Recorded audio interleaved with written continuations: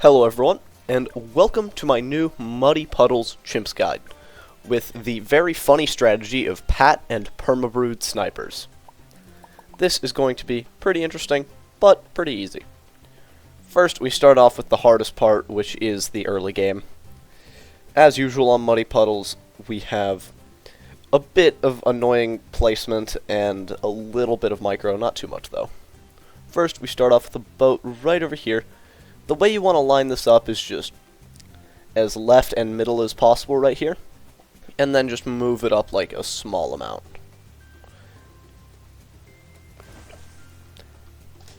The outside of the range border should also touch just the edge of like these tire treads right here, and you should be able to see a little bit of the water left of like the center point of the boat right here. And we do have to micro the boat, unfortunately, for round 6. Set it to last for 3 shots on the greens, and then switch it to first.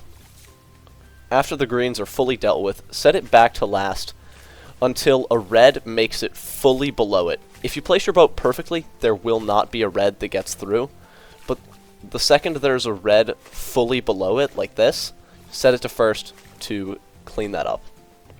And then for round 7, set your boat to last, and then get a sniper up here to set it, and leave it on first.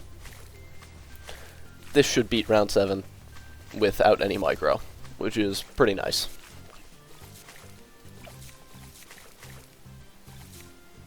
For round 8, set both of your towers to strong, and that should just beat the round without having to do anything.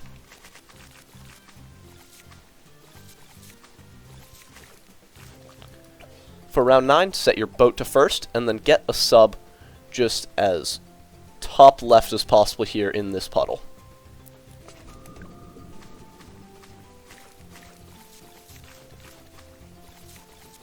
This guy should just beat round 9. If anything gets past your boat, you're going to want to switch your sniper to first, but I've never seen that happen with the sub.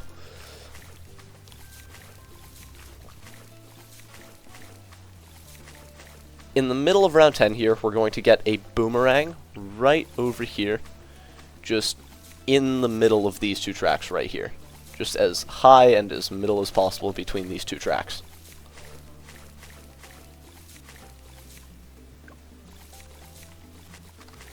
And then for round 12, we're going to get a second boomerang. This guy right over here, just as left as possible, while making sure that the range border just barely touches the right edge of the track right here. And we're just going to leave this guy on first.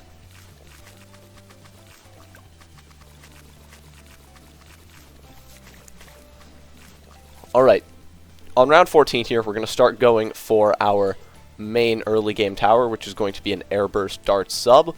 So we're just going to place this guy like as bottom right as possible here, but like he should, the range border should go about in the middle of both of the, it should go in the middle of the track in 2 different places right here. I was trying to say that, but I kept messing up for some reason. And then just get longer range on your sub. We're going to get intel before twin guns here. Round 15 is probably the sketchiest round in the early game. This round might be subject to a little bit of RNG, but I didn't encounter it when testing at all. So what we're going to do is we're going to set our sub to strong, and then we're going to set our boomerang to strong as well, but switch the hand. I'm not exactly sure why switching the hand works, but it doesn't work super consistently if it's right-handed. It works way more consistently if it's left-handed, though. No idea why. It might be because it snipes one of the pinks, but yeah. If you have to micro a sniper to catch a leaking red, do that. But in most cases, you shouldn't have to. And then for 16, get intel. And then leave your sub on strong, actually. But make your boomerang right-handed again and switch it to first. This should just win.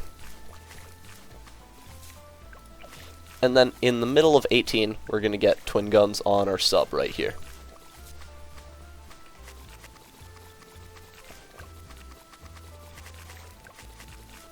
For 21, we're just going to set our boomerang to last, and be ready to micro your sniper if anything gets, like, fully past your sub. You shouldn't have to in 99% of cases, but if your placements are a bit off, this can happen. And then we'll get airburst here on round 22.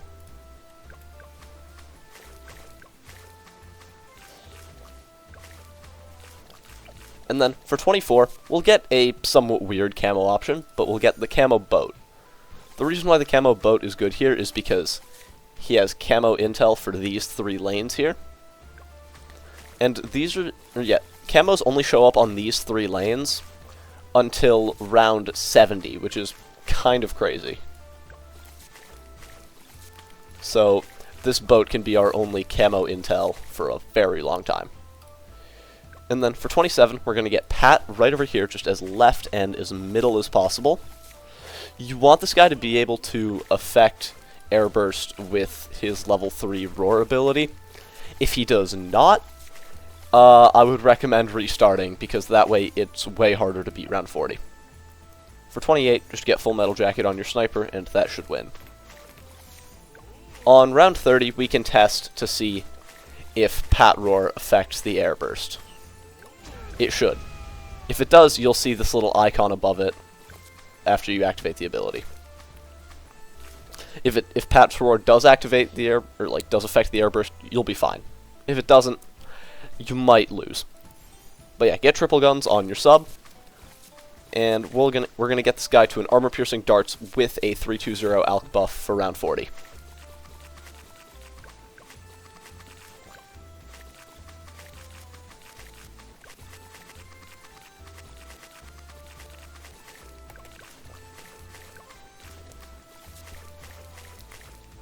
Use Pat's Roar on 35 here. And then, after round 35 ends, because we want the alch buff to throw immediately on round 36, get an alch right over here, just kinda like this.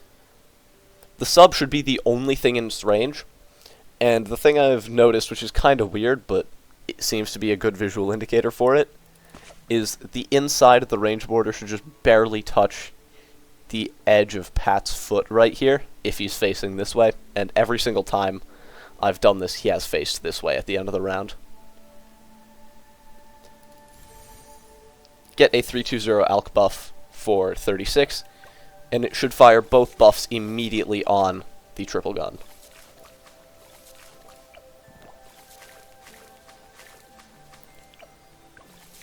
Now, it should only be firing the acidic mixture dip buff on the sub, which we do really need for 37, because we need the acidic mixture dip buff to be able to deal with the leads easily. And then use a Pat's Roar on the camos. That'll just destroy them. And then, to keep alch buff timing consistent across all runs, we're going to get armor piercing darts only after round 38 ends.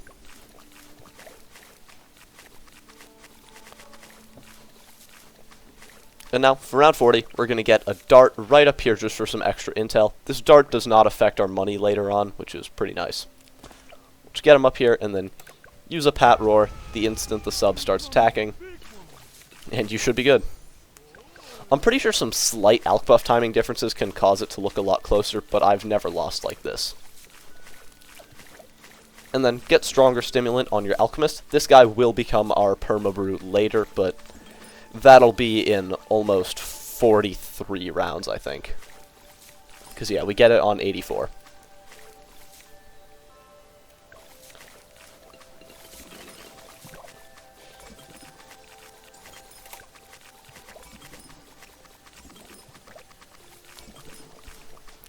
For round 46, we're going to want to get a village right over here. You kind of want it to be to the right and a little bit above the alchemist, and it is also important that it is not in the sub's range quite yet. It will be when we get bigger range on it, but not quite yet. We want to leave space to put 2 snipers between it.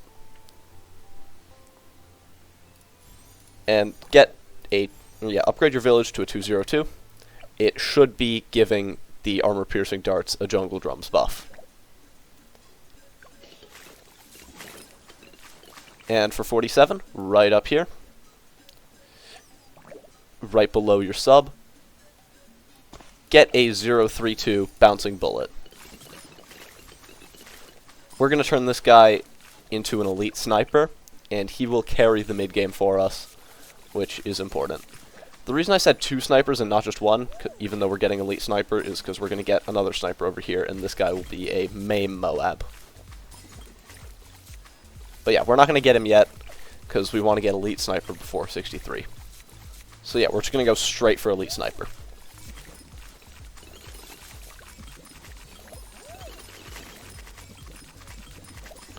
Get supply drop here on round 49.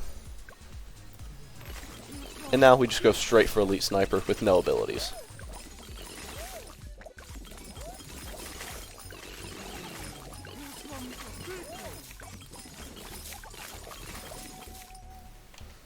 In the middle of round 58 here, you should be able to afford your elite sniper. Once you get it, the targeting automatically switches to elite for some reason, so switch it back to first, because elite targeting is in fact bad. You know how I said we're going to get a main Moab sniper? Don't actually buy it quite yet, because we want our elite sniper and our sub to still be receiving the alk buff. Because it's better for our sub to be receiving the alk buff than a base sniper.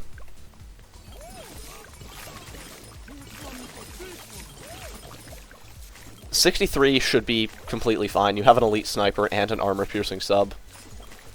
Both of them stronger stimmed, so that should just beat the round with no issues. And try to not use a Pat Roar, because we do need that for 64. So, after 63 ends, the alk buff should be both on our sub and our elite sniper. And now we're going to get the sniper right over here, just as bottom right as possible, just between your elite sniper and the village. We're going to upgrade this guy to a deadly precision, set him to strong, and use a Pat Roar immediately, and then get main Moab the instant you can afford it. After that, set your main to first, and get shrapnel on it. The reason why we waited afterward is because we needed the sub to be alk buffed for the start of 64. That was just absolutely required, and it also made 63 way more consistent if the sub was alk buffed. So that's why. But yeah, we don't have to do anything until 76, so I'll see you then.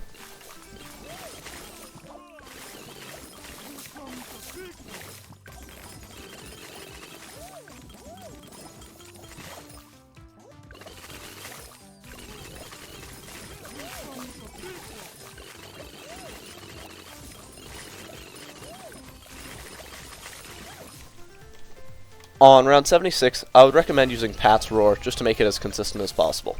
If you've placed everything correctly, your elite sniper should be getting buffed by Pat's Roar. So yeah, that's why it helps a lot. These spots took a while to figure out, because putting Pat in a place where he would buff everything while not taking the alk buff from the sub in the early game was really annoying. But yeah, use a Pat Roar on the first ceramic wave of 78 just to clear that up. That can be a bit RNG without it, so it's always nice to use.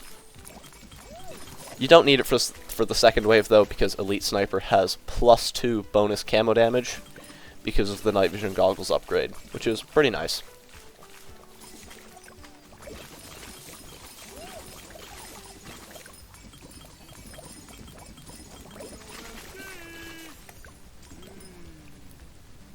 Rounds 81 and 82 can be a little bit RNG. Not like death RNG, but RNG that can make the rounds look a lot more sketchy. On 81, do not use a Pat Roar, because we want to save it for 82, where we're going to use it when only fortified BFBs are left. Here, there are only fortified BFBs left, so just use a Pat Roar to clear them out completely. Well, mostly. But yeah. You should stall out 82 a little bit, and we're going to use a Pat Roar on the round 83 Moabs just to make these as consistent as possible. With Pat Roar, they just get melted. And then on 84, we'll finally afford the permabrew. But even though we've afforded the permabrew, it is still possible to lose this round if you don't use a Pat Roar. So if any BFBs or Moabs get like more than halfway through the track, use a Pat Roar to try and clear them up. It should work. After that, this run is basically free and there's almost no way to die, because permabrew snipers are just incredibly strong. So what we're going to get here is just another sniper right over here, as bottom left as possible. This guy should be in range of Pat and permabrew if you place your alt correctly. Same with this guy. He should be in range of both of them. This guy too. These two don't matter as much. You just want to have two snipers in, two of these base snipers in Pat's range and permabrew. You want everything to be permabrewed. It's not necessary that everything is in Pat range, though. And we're going to get a fourth one. This guy, sometimes you can't get him. Here I can't get him in Pat's range, so oh well. That'll still be fine. We're just going to get 4 of these base snipers, and now we're going to upgrade all of these guys to 0.24 full auto rifles. These guys pair very well with permabrew because they attack very fast, and the shrapnel is very good with buffs.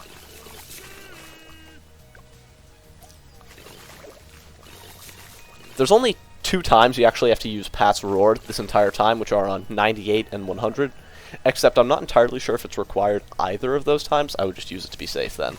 But if you want to use it any other time, if you feel scared for whatever reason, go for it. But yeah, just get all 4 of these snipers to 0.24 full auto rifles.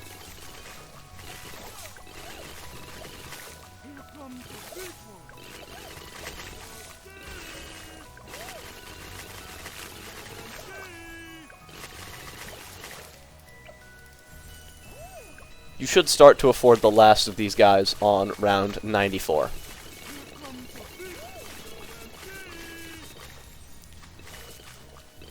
And now, the easiest round 100 solution I found was just to get a 205 Elite Defender right down here. Definitely doesn't have to be in Pat's range, but should be in permabrew and village range, so yeah. And we're going to set this guy to strong, and we're just going to get, him to a 205 Elite Defender.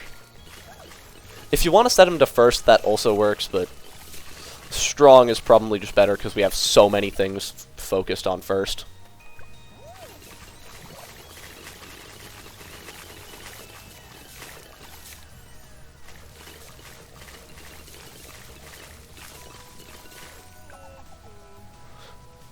Pat plus our permabrew army destroy some of the toughest rounds this game has to offer, which is kind of funny. On 98 here, once the ZOMGs start to turn right, just use Pat's Roar and they all get deleted. For 99, get Elite Defender. And yeah, this just beats 100. Except, when the bad starts to turn right one final time on this bend here, we're going to use a Pat Roar just to make sure the insides get dealt with.